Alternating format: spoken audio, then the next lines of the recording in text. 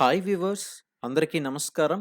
ఈ వీడియోలో ప్రెగ్నెన్సీ టైంలో ఎటువంటి ఆహారాలు తీసుకోవాలి, అలానే ఉండవలసిన బరువు కంటే తక్కువ బరువు ఉంటే ఏమవుతుంది, మరి పుట్టబోయే బిడ్డపై ఎటువంటి ప్రభావాలు పడుతుంది, ఎటువంటి ఆహారాలు తీసుకుంటే పుట్టబోయే బిడ్డ మంచి హెల్తీగా పుడతారు అనే పూర్తి సమాచారాన్ని ఈ వీడియోలో మీకు అందజేస్తాం.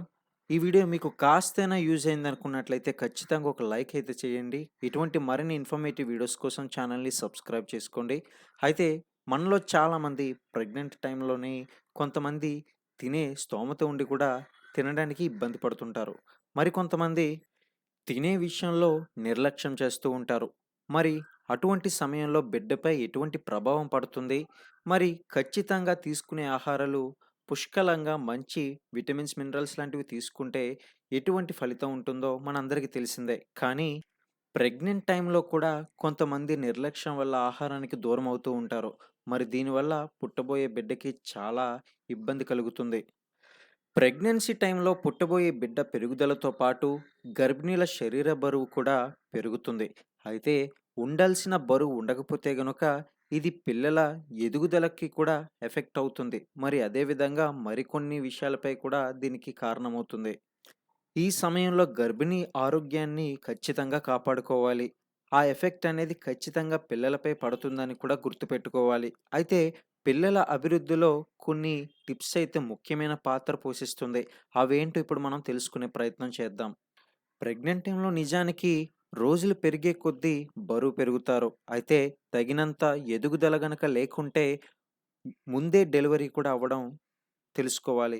మరి ఇలా ముందే డెలివరీ అవ్వడం గానీ, పుట్టబోయే బిడ్డ తక్కువ బరువుతో పుట్టడం గానీ, ఇటువంటివి జరగకుండా ఉండాలి అంటే తల్లి ముందే జాగ్రత్తలు తీసుకోవాలి.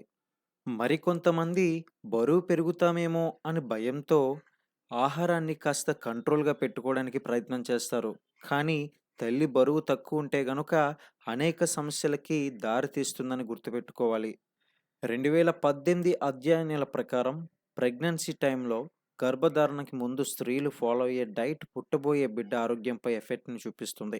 తల్లి బరువు తక్కువగా ఉంటే గనుక పుట్టబోయే బిడ్డ బ్రెయిన్ డెవలప్‌మెంట్ మందగించడం, తక్కువ బరువుతో పుట్టడం వంటి సమస్యలైతే వస్తాయి.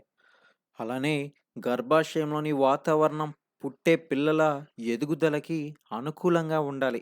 గర్భిణీలకు పోషకాలు లోపిస్తే గనక పుట్టబోయే బిడ్డకి పోషకాలైతే అందవు. దీని కారణంగా ఎదుగుదల సరిగ్గా ఉండదు. అంతేకాదు, నెలలు పూర్తవ్వకముందే ముందుగానే పిల్లలు పుట్టే అవకాశం కూడా ఉంది. అదేవిధంగా పుట్టిన పిల్లలకి కూడా భవిష్యత్తులో సమస్యలు వస్తాయి. పెరుగుదల లోపం కూడా వస్తుంది. ఇతర సమస్యలు కూడా రావచ్చు. కాబట్టి తల్లి ఎంత జాగ్రత్తలు తీసుకుంటే ఆహార విషయంలో పిల్లలకి అంత మంచి పోషకాలని అందించగలరు. సాధారణంగా ప్రెగ్నెన్సీ సమయంలో తక్కువ బరువు గనక ఉంటే పోషకాల లోపం కూడా తక్కువగా ఉన్నట్లే. అందుకే దీనివల్ల బిడ్డ ఎదుగుదలపై కూడా ఎఫెక్ట్ అనేది చూపిస్తుంది. ఐరన్, కాల్షియం వంటి పోషకాలు గనక లోపిస్తే మెదడు నరాలు బలహీనత, పిల్లల్లో ఎముకల బలహీనత అనేది తగ్గడం వంటి సమస్యలైతే వస్తాయి.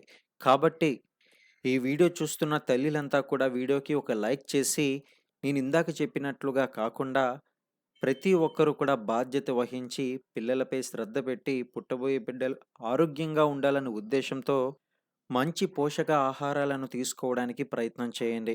ఇటువంటి మరిన్ని అప్డేట్స్ కోసం, వీడియోస్ కోసం ఛానల్‌ని సబ్స్క్రైబ్ చేసుకొని లైక్ చేయడం మాత్రం మర్చిపోకండి.